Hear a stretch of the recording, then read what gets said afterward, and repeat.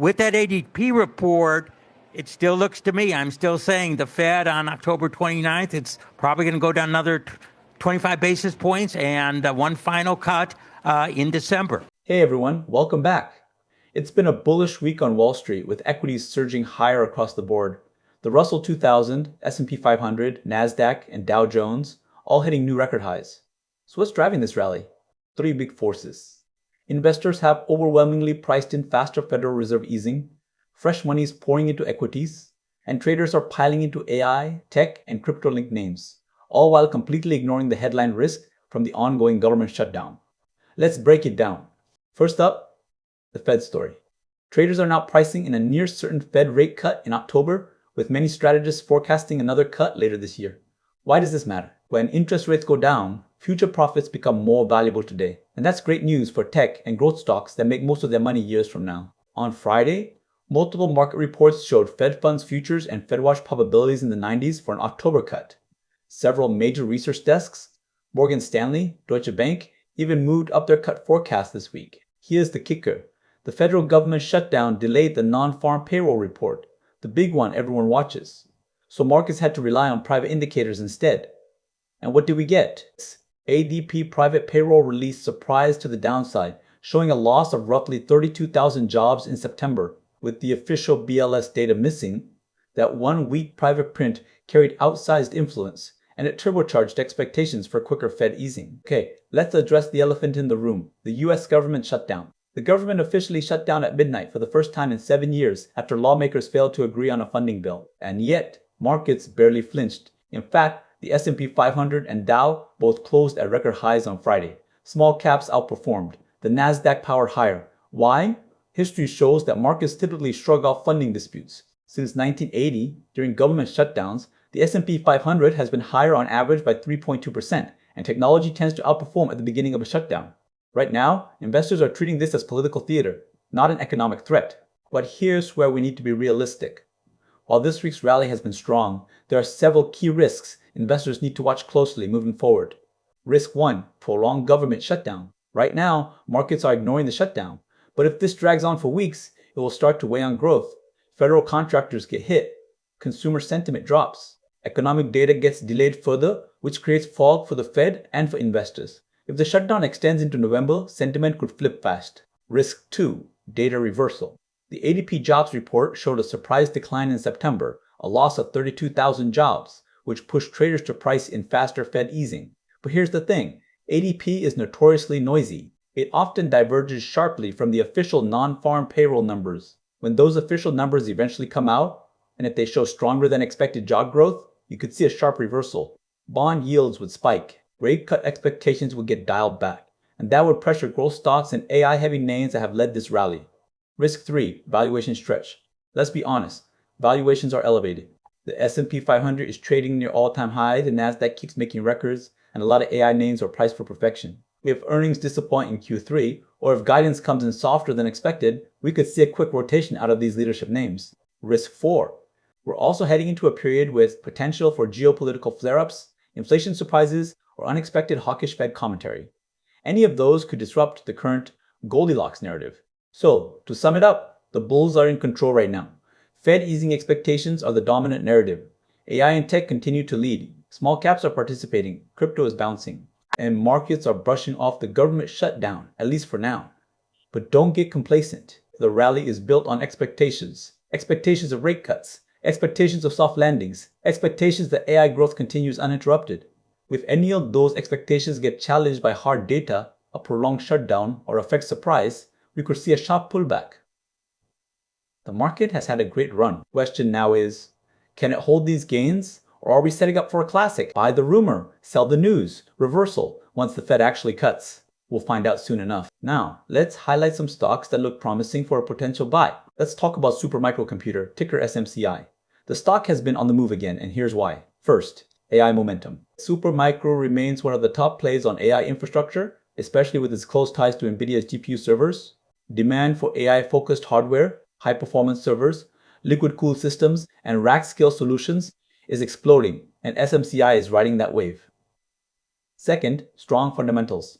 Revenue growth has been massive, margins are holding up, and guidance suggests continued momentum into next year. The company's ability to scale quickly, customize for hyperscalers, and deliver high-efficiency systems has set it apart from peers. Third, catalysts ahead. Investors are looking toward upcoming earnings as a potential spark. Many expect another beat, given AI-driven order flow. There's also speculation that SMCI could benefit from government and enterprise AI spending, plus broader adoption of data center upgrades. Alright, let's do a quick technical check. This stock just put in what looks like a clean breakout from a multi-week base.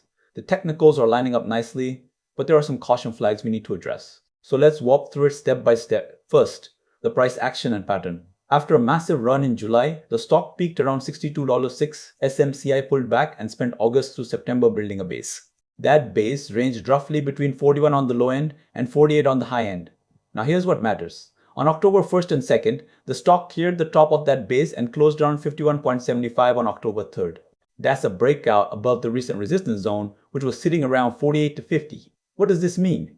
This is a breakout from consolidation after a capitulation sell-off, a classic continuation pattern if it holds.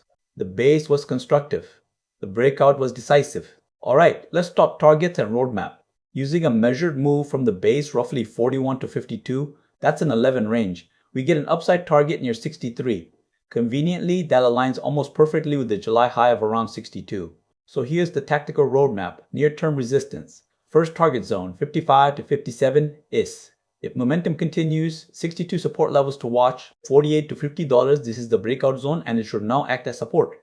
If price comes back to test this area and holds, that's bullish. Next key support, the 50-day SMA around 46 to 47. If we see a close back below the 50-day SMA, that would weaken the bullish case significantly. It would suggest the breakout is losing momentum. Alright, next, let's talk about NAIL, the 3x leveraged homebuilders ETF, and why it's been absolutely ripping higher lately. If you've been watching housing stocks or cyclical plays, you'll probably notice this one moving. So let's break down exactly what's going on and whether there's still room to run or if we're due for a pullback. So, what's driving this rally in NAIL? There are 4 key drivers behind the move. Let's go through them one by one. First up, Fed easing hopes. Traders are betting on rate cuts, mortgage rates are slipping, and that's giving housing demand a lift. Second, signs of stabilization. Orders are reporting stronger demand as incentives and lower costs kick in. The tone has shifted from housing is dead to housing is recovering. Third, money rotation. With markets bullish, investors are pouring into cyclical plays like housing, and that momentum is fueling NAIL. And finally, earnings strength. Big builders like DR, Horton, and Lennar have delivered upside surprises, boosting confidence across the sector. Let's go over the technicals. First up, price action and pattern. After a big summer rally, it pulled back into a consolidation phase through September. That was healthy. No straight lines in the market, right? Now, heading into early October, we're seeing a clear recovery taking shape. Look at the recent daily closes. That's consistent higher lows and higher highs. Classic short-term uptrend behavior. The structure is clean. The momentum is building. This is what you want to see in the early stages of a potential breakout. Alright, let's talk volume because volume tells us if this move is real or just noise. Recent volume on the bounce has been healthy.